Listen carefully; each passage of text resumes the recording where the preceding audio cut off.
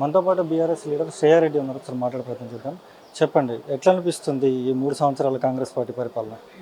ఇప్పుడు నేను కొత్తగా చెప్పాల్సిన అవసరం ఏం లేదు రేవంత్ రెడ్డి గారి పాలన గురించి. మీరందరు చూస్తూనే ఉన్నారు. ప్రజలు మీకు ఏ స్కీమ్ అందుతుంది, ఎన్ని గ్యారంటీలు వాళ్ళు చేస్తున్నారు, అభివృద్ధి ఏ రకంగా ఏర్పడుతుందో మీరు ఎక్కడ చూసినా, ఏ దిక్కులో చూసినా ఒక్క ఇటుక కూడా ఏడబెట్టింది లేదు.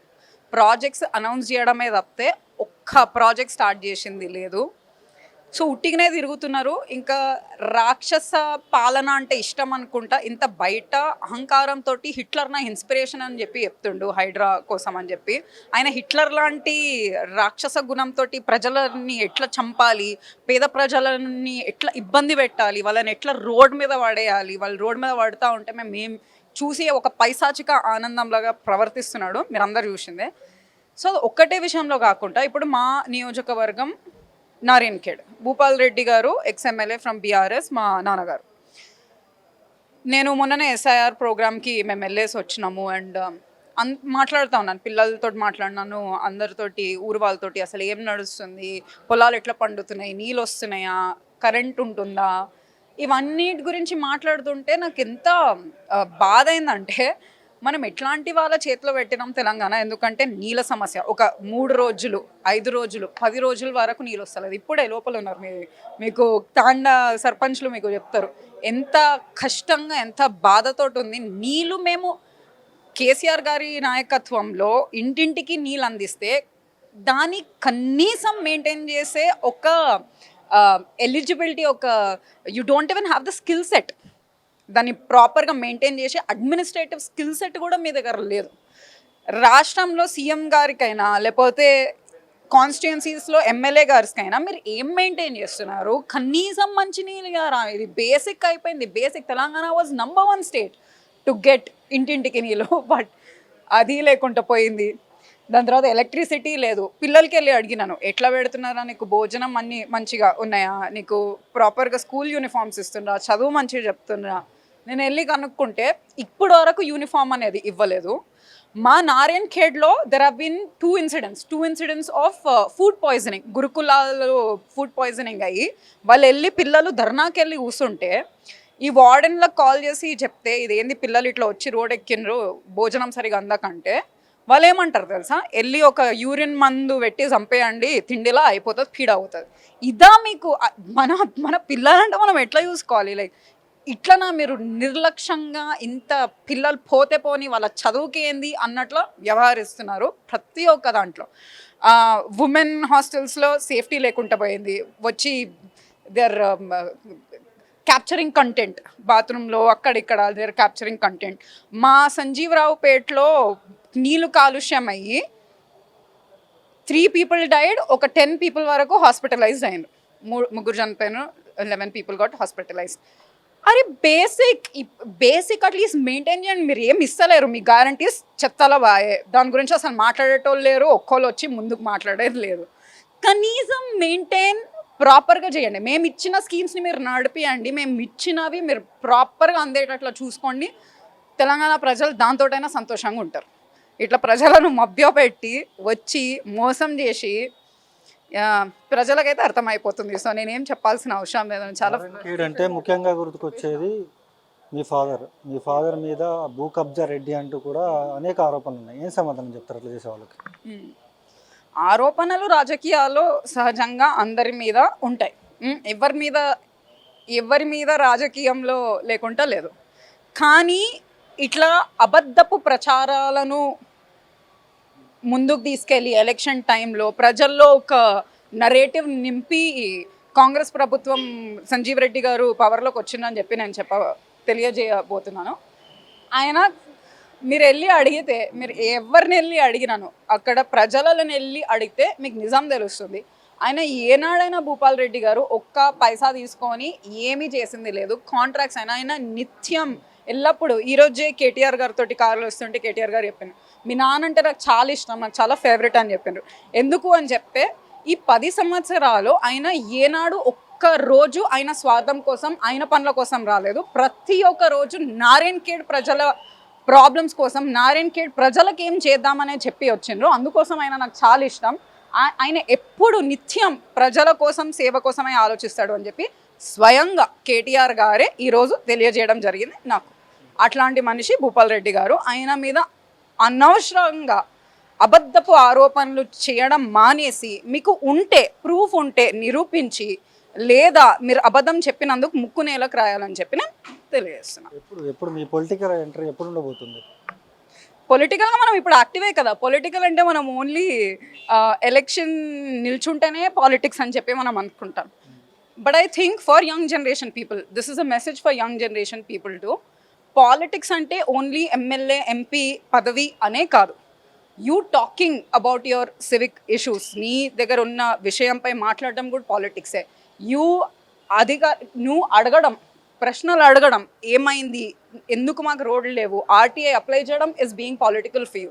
సో పాలిటికల్ అంటే I think I'm politically active. ఎలక్షన్స్లో నిలబడతానా లేదా అన్నది మీ క్వశ్చన్ ఉంటే, అంతా దేవుడి దయ, మీరు ఎన్నుకుంటే నేను ఉంటాను, లేకపోతే ఉండను, అది మీ ఇష్టం. కానీ ఐ వాంటెడ్, నాకైతే ప్రజలు మొత్తం మీరు ఫారెన్లోనే ఉంటారు, ఎక్కువ ఫారెన్లోనే ఉంటారు అంటూ కూడా చాలా మంది మాట్లాడుతూ ఉన్నారు. నేను ఇండియాకి మూవ్ అయిపోయి ఆల్మోస్ట్ 3 years అయింది కదా. సో నో, నేను ఇండియాలోనే ఉన్నాను, భారతదేశంలోనే ఉన్నాను. ఇన్ఫ్యాక్ట్ మన సొసైటీలో, మన ఎడ్యుకేషన్లో ఎట్లా రిఫార్మ్ చేయాలని చెప్పి నా ప్రస్తుతానికి my startup is also about education. అంటే చిన్న పిల్లలకి మనం చిన్న ఉన్నప్పుడు పైసలు ఎట్లా ఖర్చు పెట్టాలో మనకి ఎవరు నేర్పలే, ఫైనాన్షియల్ మేనేజ్మెంట్ నేర్పలే, ఇమోషన్స్ని ఎట్లా కంట్రోల్ చేయాలో నేర్పలే. ఇట్లా లేకపోతే రేవంత్ రెడ్డి లాగా పిచ్చోళ్ళలాగా అరుస్తారు. సో ఇవన్నీ మనం చిన్న ఉన్నప్పటి నుంచే నేర్పియాలి కదా. Civic responsibility, driving. మీరు చూసినా ఒకళ్ళు ఇటు సైడ్కి వస్తారు, ఒకళ్ళు ఇటు సైడ్కి వస్తారు, ఎప్పుడెవరు వచ్చి గుద్ది చచ్చిపోతామో తెలియదు. ఇట్లాంటివన్నీ ప్రజల్లో చైతన్యం నింపాలి, అట్లాంటివి చిన్న ఉన్నప్పటి నుంచే నేర్పాలి అన్న దానిపై నేను ప్రస్తుతానికి నా స్టార్టప్ అనేది బిల్డ్ చేస్తున్నా. సో నా బిజినెస్లో కూడా సోషల్గా, సర్వీస్గా నేను ఏం చేయాలన్న ఆలోచనతోటే ముందుకు వెళ్తున్నాను. కాబట్టి నేను ఇక్కడే ఉన్నాను. సో మీరు నన్ను చూస్తలేరా? You should follow me. నన్ను ఫాలో చేస్తే మీకు అర్థమవుతుంది నేను ఎక్కడున్నాను. సో మొన్ననే లీడర్షిప్ 10 సంవత్సరాలు అరాచకాలు చేశారు ఇదే భూపాల్ రెడ్డి. అందుకనే ప్రజలు ప్రతిపక్ష పాత్ర ఇచ్చి బుద్ధి చెప్పారు. ఇంకా రానున్న రోజుల్లో కూడా కాంగ్రెస్ పార్టీ అధికారంలో ఉంటుందంటూ కూడా సీఎం రేవంత్ రెడ్డి కావచ్చు, లేకపోతే కాంగ్రెస్ పార్టీ నాయకులు కావచ్చు, వీళ్ళందరూ మాట్లాడుతున్నారు. ఏం సమాధానం చెప్తారు? అది అవాస్తవం, బిల్కుల్ అవాస్తవం. ఎందుకంటే భూపాల్ రెడ్డి గారు అరాచకాలని వాళ్ళు దేన్ని ఎత్తి చూపిస్తున్నారంటే, మేము రామ్ మందిర్ అని చెప్పి ఒక మందిర్ని, కాశీనాథ్ రామ్ మందిర్ భూమిని ఇన్ఫ్యాక్ట్ కాంగ్రెస్ పరిపాలకుల చేతిలో ఉంటే మేము విడిపించి మరీ వాళ్ళకి ఇచ్చేసినాం. సో ఇట్లా దేనికైతే నిల్చొని వాళ్ళు కదలము అని చెప్పినా మేము వెళ్ళి ధైర్యంగా పోట్లాడి దాన్ని విడిపించిన దానికి వాళ్ళేమంటున్నారు? అరాచకాలు అంటున్నారు. అరాచకాలు చేసే వాళ్ళం అగేన్స్ట్ గట్టిగా నిల్చుంటే దాన్ని అరాచకం అనరు. రైట్? ప్రజల తరపున పోట్లాడితే అది అరాచకం కాదు. అరాచకాలు ఇన్ఫ్యాక్ట్ మాకు మీరు క్రైమ్ రేట్ చూసుకుంటే నారాయణ్ ఖేడ్లో గత 7 years భూపాల్ రెడ్డి గారు ఎమ్మెల్యేగా ఉన్నప్పుడు 2017 to 2023 సో మీరు చూసుకుంటే crime rate has dropped in Narayan Khed. In fact ఈ డిస్కరేజెస్ ఎవ్రీ వన్కి గొడవలు ఏం పడతారు. ఇన్ఫ్యాక్ట్ మా Narayan Khed was known as mini Rayalaseema, because faction అనేది ఎక్కువ ఉండే. కానీ భూపాల్ రెడ్డి గారు వచ్చి నుంచి ఆ ఫ్యాక్షన్ రాజకీయాలు అన్నీ తక్కువైపోయింది. బికాస్ ఈ డజంట్ ఎంకరేజ్. కొట్టుకొని చంపుకుంటే మనం ఏమొస్తుంది, ఏం సాధిస్తాం? మన ఊరిని ఎట్లా పార్క్ చేసుకోవాలి, మన కాన్స్టిట్యున్సీని ఎట్లా బాగు చేసుకోవాలి, మన ప్రజల్ని ఎట్లా మంచిగా ఉంచుకోవాలి, ఇదే ఆయన ఆలోచన. అందరికీ నలుగురికి పంచేది కూడా అదే మెంటాలిటీ అయినా. సీఎం రేవంత్ రెడ్డి భాషా విధానం ఎట్లా చూస్తారు, ఎట్లా అనిపిస్తుంది? ఒక చీప్ పర్సన్, చిల్లరగా అసలు ఏం రాకుండా ఉన్న మనిషి ఎట్లా మాట్లాడతాడు? ఒక సైకోపాత్స్ మీరు చూడాలి. కొన్ని సినిమాలో సీరియల్స్కి సైకోపాత్స్ ఉంటారు కదా, సేమ్ ఇట్లానే మాట్లాడుతున్నాడు, సేమ్ టు సేమ్. ఇప్పుడు ఆయనకి మొన్న ఆయన చంపేసిండుగా, 6గురిని హత్య చేసి వాళ్ళ పిల్లల్ని చంపేసిండుగా. ఆయనకి ఇంకా రేవంత్ రెడ్డికి ఏం తేడా? రేవంత్ రెడ్డి మాటలతో చెప్తున్నాడు మీ రక్తాలు చిందాలి పొలాల్లో అంటున్నాడు. ఈ క్రిమినల్ ఏమో నిజంగానే రక్తం చిందించాడు, అంతే కదా. ఈయన భాషతో మనం సీఎం అంటే ఏ లెవెల్లో చూస్తాం? సీఎం చెప్పిన మాటలు మేము చేయాలి, మేము పాటించాలి అన్నట్లు ప్రజలకి ఆ ఇన్స్పిరేషన్ ఉంటుంది. మళ్ళీ ఎవరికి? క్రిమినల్స్ అందరికీ ఎవరు ఇన్స్పిరేషన్? రేవంత్ రెడ్డి గారే ఇన్స్పిరేషన్. ఇట్లాంటి మాటలు మాట్లాడి, చిల్లరగా మాట్లాడి, స్కూళ్ళకి వెళ్ళి మాట్లాడతాడు. ఇంత చండాలంగా కేసీఆర్ గారు చనిపోవాలి అది నేను స్కూల్ పిల్లలతో ఏం మాట్లాడాలో కూడా ఇంకిత జ్ఞానం లేని వ్యక్తి రేవంత్ రెడ్డి. సో ఆయన గురించి మాట్లాడితే బీపీ రావడం తప్పితే అందరికీ ఇంకేం రాదు. ఆయన కొంచెం ఆయన కుర్చీకి విలువ ఇచ్చి ఆయన నోరుని కొంచెం అదుపులో పెట్టుకోవాలని చెప్పి నా విజ్ఞప్తి. ఇప్పుడు మీరు ఫారెన్లోంచి వచ్చారు, ఇప్పుడు తెలంగాణలో ఎంప్లాయ్మెంట్ మొత్తం పెరిగిందంటూ కూడా సీఎం రేవంత్ రెడ్డి కావచ్చు, లేకపోతే ఐటీ మినిస్టర్ కావచ్చు, వీళ్ళందరూ కూడా చెప్తున్నారు. నిజంగా తెలంగాణలో ఎంప్లాయ్మెంట్ పెరిగిందా? మీరైతే న్యూస్లో చూస్తుందే కంపెనీలు, ఒక కంపెనీ గుజరాత్కి వెళ్ళిపోయింది, ఒక కంపెనీ తమిళనాడుకి వెళ్ళిపోయింది, ఇంకో కంపెనీ కేరళకి వెళ్ళిపోయింది అని చెప్పి అందరు మీరు చూసిందే. ఈ డావోస్ నుంచి నేను ఇచ్చినాను అని చెప్పి MOUs తెచ్చిండు. కానీ ఇప్పటి వరకు అయితే మనం ఏది ఇనాగ్రేషన్ చూడలేదు, ఏది స్టార్ట్ అయింది అయితే మనం ఇప్పటి వరకు చూడలేదు. మీరేమన్నా చూస్తే మీరు నాకు చెప్పాలి, నేనైతే ఎక్కడ చూడలేదు. ఇప్పుడు సో ఐటీ సెక్టర్లో జాబ్స్ అనేవి తక్కువ అవుతున్నాయి, ఎందుకంటే కంపెనీస్ ఇక్కడికి వెళ్ళిపోతున్నాయి, రైట్. సెకండ్ పాయింట్, గవర్నమెంట్ సెక్టర్లో చూసుకుంటే 90 రోజుల్లో 2 lakh జాబ్స్ ఇస్తా అని చెప్పి అన్నాడు. అదే కాకుండా మీరు యువ డిక్లరేషన్ చూసుకుంటే ఎవ్రీ ఇయర్ జాబ్ క్యాలెండర్ ఇస్తా అని చెప్పి కూడా చెప్పిండు. ఏడిచ్చిండు, ఎక్కడిచ్చిండు మీరేమన్నా చూసిండ్రా? బీఆర్ఎస్ ప్రభుత్వం కేసీఆర్ గారు ఎగ్జామ్ పెట్టి, నోటిఫికేషన్లు పెట్టి ఎగ్జామ్ పెడితే లాస్ట్కి ఒక పత్రిక ఒకటి ఇచ్చి మీకు సొమ్మొక్కరిది సోకొక్కరిది అన్నట్లు వ్యవహరిస్తుంది కాంగ్రెస్ ప్రభుత్వం. సో వాళ్ళు ఎక్కడ ఏమీ జాబ్ ఇవ్వలేరు. We know that SI jobs అయితే ఉన్నాయి, ప్రతి ఒక్క జాబ్స్ అయితే ఉన్నాయి. సో ఐ థింక్ అసలు వాళ్ళ ఫోకస్ అక్కడ లేదు. వాళ్ళ ఫోకస్ అసలు తెలంగాణ అభివృద్ధి పైన ఏ రకంగా, ఏ దిశగా చూసుకుని, ఎక్కడ చూసుకున్నా అసలు వాళ్ళ ఫోకస్ ఏడుంది. ఎప్పుడు చూసినా డైవర్జన్ పాలిటిక్స్, వాళ్ళని వీళ్ళని తిట్టడం, అది ఇది అనడం తప్పితే వాళ్ళు నిజంగా తెలంగాణ ప్రజల పట్ల ప్రేమ ఉంటే ఇట్లా దోచుకోకుండా, క్రూరంగా అంత సైకోలాగా ప్రవర్తించకుండా మంచి పనులు చేస్తూ చూపించండి. మీకు కూడా మంచిది, మన ప్రజలకు కూడా మంచిది. కాంగ్రెస్ పార్టీ నాయకులు చిటికేస్తే బీఆర్ఎస్ పార్టీ నుంచి ఎవరైతే మెయిన్ లీడర్స్ ఉన్నారో వీళ్ళందరూ కూడా రావడానికి రెడీగా ఉన్నారు. మేము చిటికేయడం ఆలస్యం అంటూ కూడా మాట్లాడుతూ ఉన్నారు. ఎట్లా చూస్తారు అది? ఏండి మరి ఎవరు ఆపమని చెప్పారు?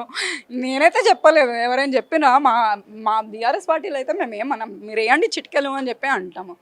ఎవరు ఉండాలో, ఎవరు వెళ్ళాలో అది ఎవరి మర్జీ వాళ్ళది, రైట్. యాక్చువల్గా బీఆర్ఎస్ పార్టీ చేసిన అభివృద్ధిని చూసి నిజంగా ఇంకా తెలంగాణ ఎదగాలి అని చెప్పి పార్టీతో కలిసి పనిచేసి అడుగులేసే వాళ్ళే బీఆర్ఎస్ పార్టీకైనా మన ప్రజలకైనా వాళ్ళే కావాలి. సో అట్లా చిటికేసి వెళ్ళే వాళ్ళైతే నాకు తెలిసినంత వరకు ఎవ్వరు లేరు. వెళ్ళేటోళ్ళు ఆల్రెడీ వెళ్ళిపోయినరు. సో నిజంగా వెళ్ళేది ఉంటే వేసుకొని తీసుకెళ్ళండి, మేమే ఇట్లా రెడ్ పీఠం బట్టి ఇస్తాం, తీసుకెళ్ళండి అని చెప్పి. కానీ ఎవరు అట్లా లేరు. రేవంత్ రెడ్డి గారు ఇవన్నీ మాట్లాడకుండా కొంచెం ప్రజల గురించి మాట్లాడండి.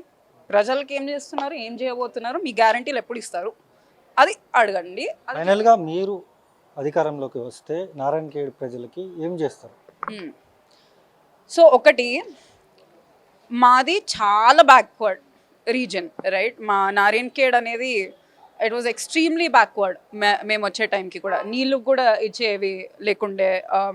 హరీష్ రావు చాలాసార్లు మెన్షన్ చేస్తారు అసలు మా పరిస్థితి ఎట్లా ఉండేది, ప్రజల పరిస్థితి ఎట్లా ఉండేది, రైట్. అండ్ సో మేము ఇప్పటివరకు చాలా చేసినాం. ఎడ్యుకేషన్ సెక్టర్లో we gave new schools, hospitals కట్టించినాం, రోడ్స్ కట్టించినాము, ప్రతి మార్కెట్ కమిటీస్ పెట్టించినాము, ప్రతి ఒక్క దిశలో వి డిడ్ వెరీ అభివృద్ధిని చేయడానికి, ముందుకు చేయడానికే మేము తీసుకెళ్ళాం. కానీ 7 సంవత్సరాల్లో 60 సంవత్సరాల వెనుకబడి ఉన్న ప్రాంతాన్ని నంబర్ 1గా చేయలేం కదా. కొన్నిట్లో చేయగలుగుతాం కానీ అన్నిట్లో చేయలేం కదా, టైం పడుతుంది. Growth takes time. సో మేమున్నప్పుడు మేము చేయగలిగిందంతా పట్టుబడి వెనుకబడి ఇది కావాలి అది కావాలి అని చెప్పి అడిగి చేపించుకున్నాము. అని చేసిండ్రు కూడా, మా మంత్రులు సహకరించారు, ప్రతి ఒక్కరు సహకరించడం వల్లనే మేము చేయగలిగినాం. ఇంకా వచ్చే రోజుల్లో మేము మళ్ళీ తిరిగి వచ్చినప్పుడు, ఇప్పుడు NH 165 అనేది ఒకటి, we got the new highway, right. So I believe that Narayankhed can serve as a eco tourism hotspot.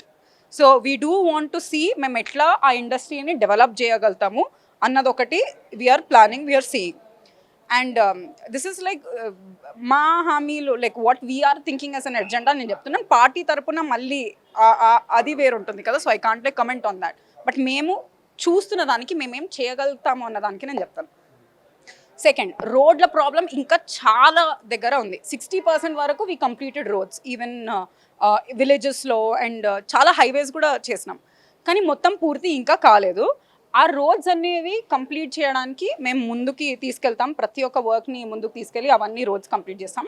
Second and third point ఏంటంటే, I have this idea that skill development using AI. అంటే మీరు మన నారాయణఖేడ్లో ఉన్న వాళ్ళు చాలామంది వలసలకు you know వెళ్తూ ఉన్నారు, right, like Patancheru అటు ఇటు.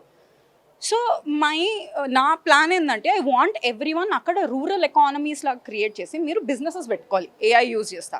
ఇప్పుడు నాకు ఒక అబ్బాయి, సర్పంచ్ అబ్బాయి నిల్చున్న ఆయన, Moses, he told me that he wants to start a consultancy company. అయితే నేను అడిగినాను, కన్సల్టెన్సీ కంపెనీ ఎందుకు, ఎంతమంది వెళ్తున్నారు నారాయణఖేడ్కి వెళ్ళి చుట్టుపక్కల ప్రాంతాలకి ఎంతమంది వెళ్తున్నారు? ఇప్పుడైతే అంబేద్కర్ పథకం కూడా అందుతలేదు. So is it a profitable business to develop the business mind set in people? కానీ మనకు తెలుసు, ఇప్పుడు నారాయణఖేడ్కి వెళ్ళి చాలామంది బీరంగూడలో ఫర్ ల్యాబ్ టెక్నీషియన్స్ ఉంటున్నారు. అండ్ మనకు తెలుసు నారాయణఖేడ్లో చాలామంది అవగాహన లేక హాస్పిటల్కి టైంకి వెళ్ళక, లేకపోతే టెస్ట్ సరిగా చేయించుకోకుండా చాలామంది ప్రాణాలు కూడా కోల్పోతున్నారు. So you can do a business where you can start like a app or some online service that మీరు ల్యాబ్ టెక్నీషియన్స్ని పంపండి ఊర్లలో. Make like a rural economy where you're creating something for Narayankhed. So this kind of thinking I want to imbibe in our youngsters. So I want to see AI use chesi how can we build a skill camp to imbibe entrepreneur mindset and to get more government loans mana teppiyagaldama.